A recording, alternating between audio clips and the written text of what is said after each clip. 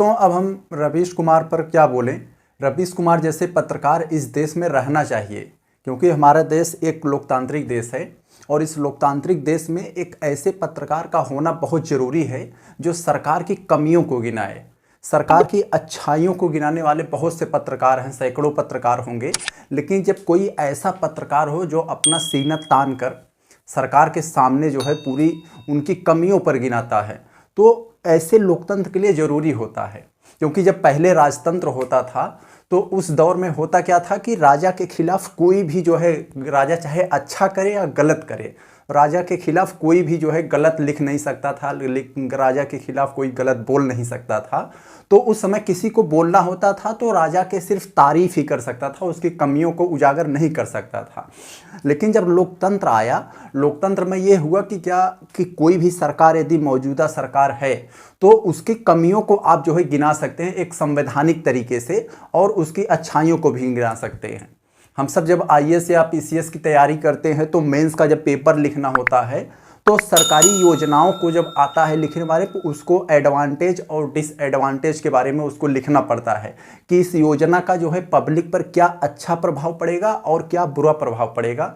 इन सभी बातों को वहाँ पर कोट करना होता है। तो इसी होता है भाई। रवीश कुमार ऐसा नहीं है कि सिर्फ हमेशा मोदी जी के खिलाफ ही बोलते थे। तो वो जब मनमोहन सिंह की भी सरकार थी तब पर भी आप लोग वहाँ उनका कई वीडियो देखे होंगे कि वहाँ कटोरी में जो है वहाँ खीर जो बनती थी प्राइमरी स्कूल, वो लेकर जो है पूरा चैलेंज करते थे, हाँ प्रधानमंत्री जी इसे खा कर दिखाएं। तो ऐसा जो है पहले से भी उनका जो ऐसा रहा है, ऐसा नहीं सिर्फ मोदी जी के खिलाफ बोलते थे। और उस दौर में जब कांग्रेस की सरकार रहती थी केंद्र में, तो उस दौर में गुजरात के जो अमित शाह जी हैं उनके घर में घुस कर जो है वहाँ रिपोर्टिंग करते थे, उनके साथ बैठकर चाय पानी भी करते थे। तो वो दौर था, ऐसा नहीं कि अब मोदी जी आ गए। तो उनका ये पहले से ही इतिहास रहा है कि वो हमेशा सत्ता के जो है उनकी कमियों को उजागर करने वाले पत्रकार थे, और उनकी जो है जो नेगेटिव जो इम्पैक्ट पड़ रहा है योजनाओं पर, यानी उनका यही होता है कि सरकार की हम कमियों को गिनाएं। वो अगर आप सोचें ध्यान से एक बार, अपने बैठकर अगर सोचेंगे वो क्या कर रहा है, अपने लिए थोड़ी न कर रहे हो। वो भी चाहते तो जैसे और सभी पत्रकार हैं वहाँ जाकर जुड़ जाते और जो है निर्तुंत होकर अच्छा खासा मोटी रकम कमाते। लेकिन वो क्या कर रहे हैं कि सरकार के खिलाफ जो है सीना तान कर खड़े होकर उनकी कमियों को गिना रहे हैं।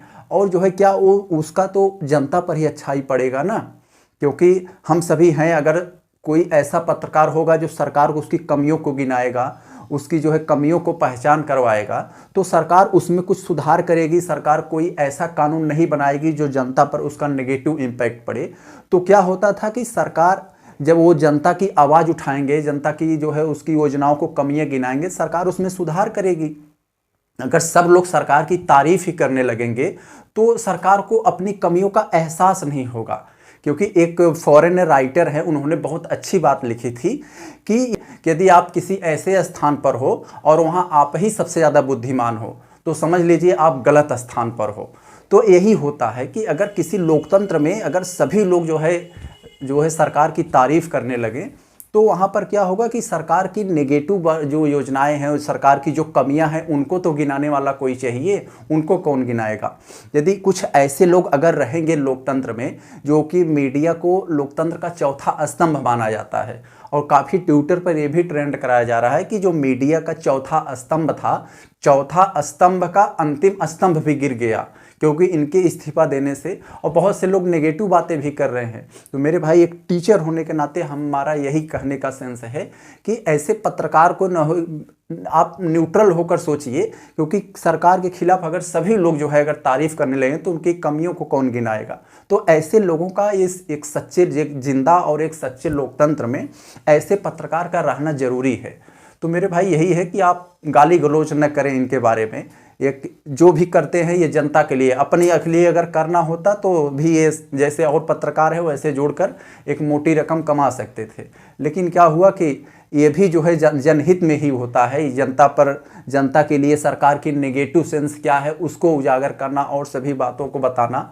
तो हमारे कहने का मतलब ये है कि एक लोकतांत्रिक देश में, एक डेमोक्रेटिक जो है कंट्रीज़ में ऐसे जो है पत्रकार का रहना जरूरी है। क्योंकि अगर ऐसे नहीं रहेंगे तो तो लोकतंत्र कहाँ हुआ, तब तो राजतंत्र आ जाएगा। राजतंत्र में ऐसा होता है कि राजा के खिलाफ कोई भी गलत बोल नहीं सकता, गलत लिख नहीं सकता, गलत छाप नहीं सकता। तो यही होता है लोकतंत्र में। क्या होता है कि सबको बोलने का अधिकार है। एक संवैधानिक भाषा में, एक मर्यादित भाषा में सब लोग जो है सरकार की कमियों को गिना सकते हैं। सरकार उस पर विचार करेगी और अपने फैसले में संशोधन करेगी। तो यही होता है लोकतंत्र में मेरे भाई। तो आपसे निवेदन है कि ऐसी गाली गलौज में न फंसें।